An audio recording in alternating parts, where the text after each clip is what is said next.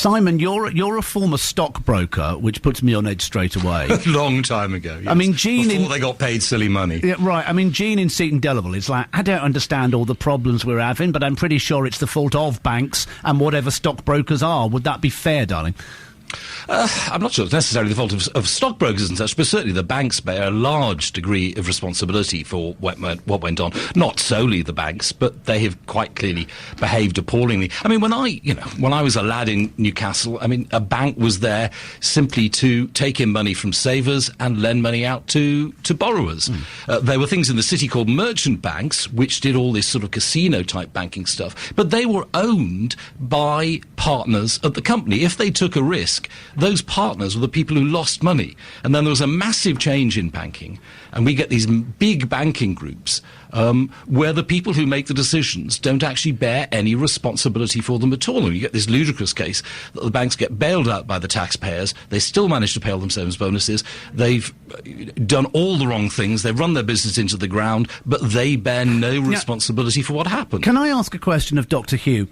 Why don't some of these people go to prison? Because if we messed up in the way that they seem to mess up, we would. I understand your question and the vitriol, but we make mistakes in our daily lives. You push a wrong switch. You say the wrong words. You're not sent to prison. Most of these people simply did what was asked of them. It is the framework in which they work, set by politicians, that allowed them to do what they did, and they just played by the rules of the game. We are in debt as a country, gentlemen. How much does Great Britain or England or the UK or whatever you wish to call it, this whole island, how much do we owe? Who are you asking, Jonathan? Either of you. OK, well, if I can chip in first, Hugh. I mean, as a government, we currently owe £1 trillion, which is due to go up in about 3 years to £1.5 trillion. Now, the problem is that people just don't understand, I think, what these numbers, as the government alone, according to an organisation called McKinsey, if you take all the sectors, household, government, the financial sector and the corporate sector, then we owe 5 times our joint national income. Right, hang on a minute. There's another study that says it's 10 times. But the problem is that numbers are bandied around all the time. $1 billion sounds big, $1 trillion sounds a little bigger. But it's very hard to get your head around the concept. So if we're going to talk about this, perhaps one thing we ought to just do is try and work out how much these numbers are. So if you, for instance, just you've already lost me. You've already lost me. Okay, well, then let's explain. If I ask you to just start counting very quietly in seconds, just 1, 2, but make it about a second in between. 2. Right. Now, if you're doing that and counting in terms of seconds, 5, 1 million seconds would take you 12 days. 7. 1 billion seconds, 9. which is 1,000 million, is going to take you 32 years. And 1 trillion seconds, which is the number of pounds that the British government is currently in debt, would take you 32,000 years. Dr. Hugh is now going, what? So you're saying it would take 32,000 years to pay off what we currently owe? No, to count at the rate of £1 a second, it would take you 32,000 years to count it. Unfortunately, in 3 years' time, we're actually owing £1.5 trillion instead of £1 trillion. OK. How much does this country owe? As a whole? Yes. Well, our national income is £1.5 trillion. We owe about 5 times that at the moment. That's $7.5 trillion. So we, as the United Kingdom, OK, let's call it, the United Kingdom, we owe $7.5 trillion. We were in debt. What's your question to Hugh and Simon, Jill? Well, my question is, given what was mentioned earlier about subprime loans, which is basically bad debts taken out on American properties, which we're very keen to blame America or an American banking for, but somebody somewhere in the UK bought up a lot of these pieces of paper containing these bad loans. What is it about that means that they've not personally suffered for making what is basically a bad business decision? And similarly, but on a larger scale, we're told that the UK economy can't survive without the banks. Why? Given that the banks pay minimal corporation tax, bankers pay minimal tax, why is it our economy can't survive if we hit the banks and punish them in the way that they deserve to be punished for having made bad business decisions? It would happen in any other aspect of the economy. Why isn't it happening to banks? And do we really know what the cost to the UK economy would be of punishing the bankers? Or are we guessing? Have we believed the banks' hype about how much they mean to us?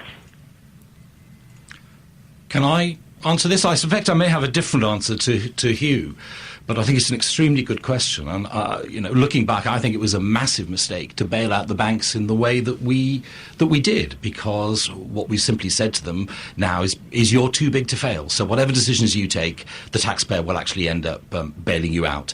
And the problem is that most of us think of banks as being almost like a utility, like an electricity company or a gas company. You just want them there to lend money to people and to take in deposits and give you a return on them. It's all the rest of the stuff that caused all the problem. And as you say, it seems almost every banker in the world believed that these subprime instruments in the United States were never going to go wrong, that they were absolutely wonderful AAA debt instruments.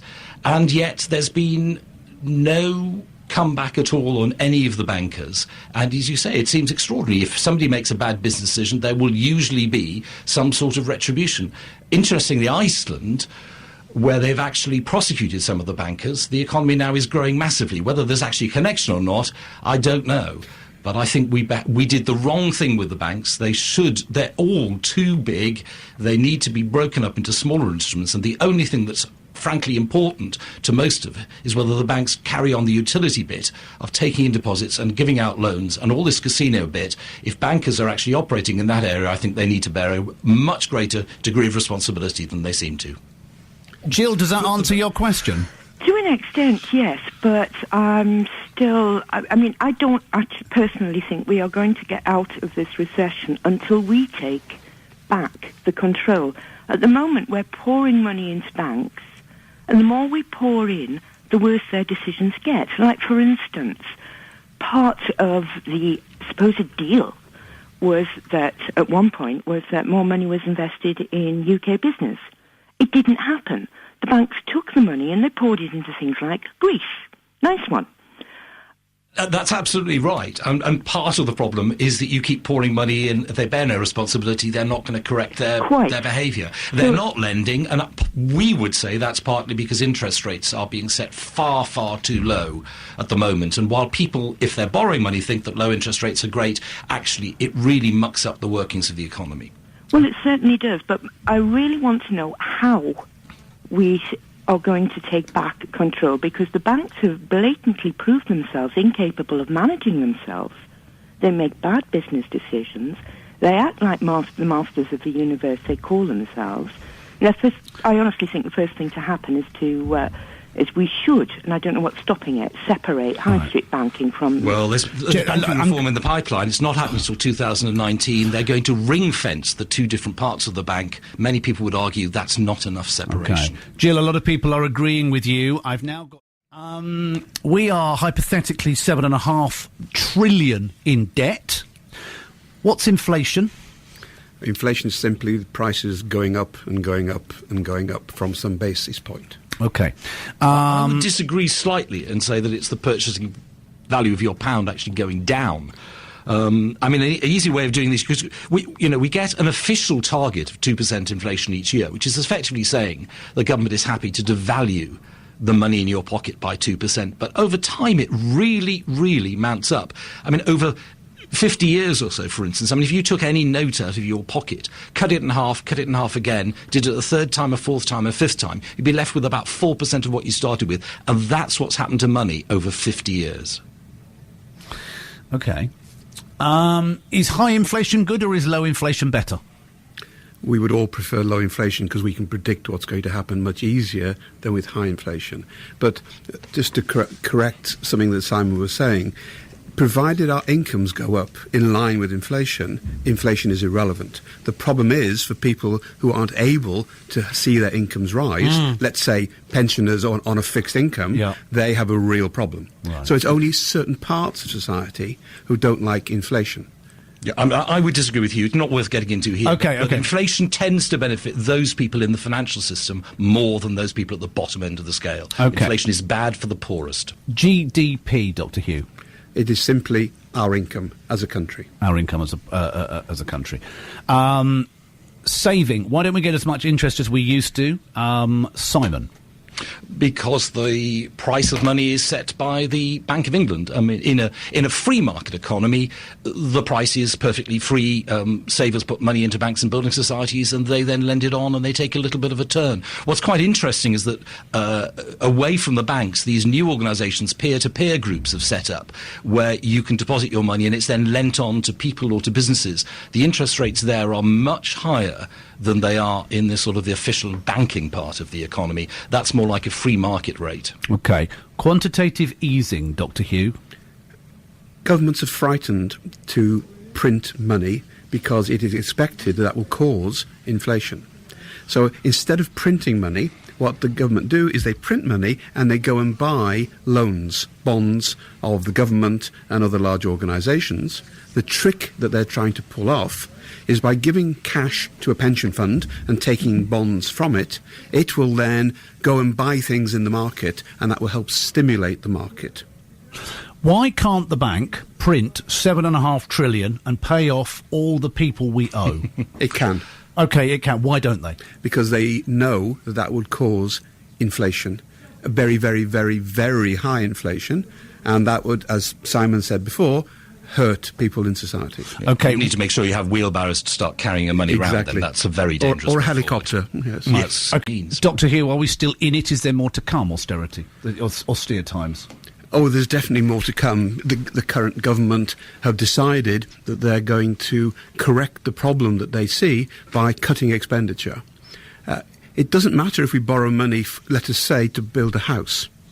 As long as the government is borrowing money to put in new roads, build new factories, etc., there's nothing wrong with debt as debt. And we seem overly frightened by the concept of debt, provided we can afford to pay the interest and eventually repay at some time in the future. There isn't a problem. Okay, now listen. Just to add to that, I think, yes, debt that will actually add to the wealth of the country is probably to be welcomed. Debt that simply fuels consumption, and indeed, many of the government efforts are just trying to get people to borrow a bit more and spend a bit more. That is a great deal less healthy, as far as I'm concerned. And while the impression is that this government is actually spending less money, they're actually due to borrow more in 5 years over this life of this Parliament than the last government did over 13 years. Okay. Aileen Simon says, is there any way we can force the banks to up the interest rates for savers to make the economy better? Sadly, no. Things are going the other way at the moment. Until recently, of course, the banks did need money from savers in order to lend it on, but recently the Bank of England's come out with this new government scheme called Funding for Lending, and essentially the banks are being given very cheap money in the hope they're going to lend it out to people. And since they start getting that money in, savings rates have come down even further. So, sadly, it can't offer you much comfort on that front, Eileen. I mean, the problem is, there are two sides of it. A lot of people think having low interest rates is great, especially if they've borrowed money or they've got a mortgage. We would argue that actually low interest rates, far more importantly than just for savers, actually do affect the workings of the economy. They encourage investment into the wrong areas, and that they should be left alone. If the interest rates were left alone, they would go up. Diana in Newcastle, difference between debt and deficit. Difference between debt and deficit. Okay, so the deficit is simply that you have spent too much money this year.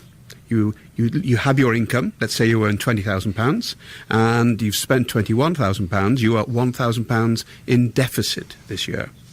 Your debt is adding up all the deficits of the past, and that's how much you owe in total from time immemorial. Okay.